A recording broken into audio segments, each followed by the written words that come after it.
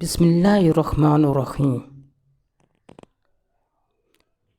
تمام دوستوں سے گزارش ہے کہ ایک دفعہ اپنے پیارے نبی صلی اللہ علیہ وسلم پر درود شریف پڑھ لیجئے۔ اللہم صلی علی سیدنا مولانا محمد وعلی آلہ وسلم۔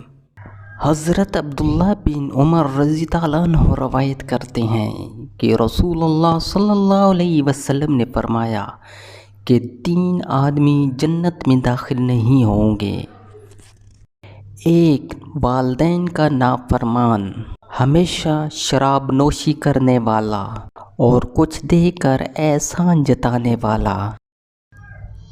قرآن و حدیث کی خوبصورت ویڈیوز کے لیے ہمارے چینل کو سبسکرائب کریں اور ہماری حوصلہ افزائی کریں۔ جزاک اللہ خیرہ۔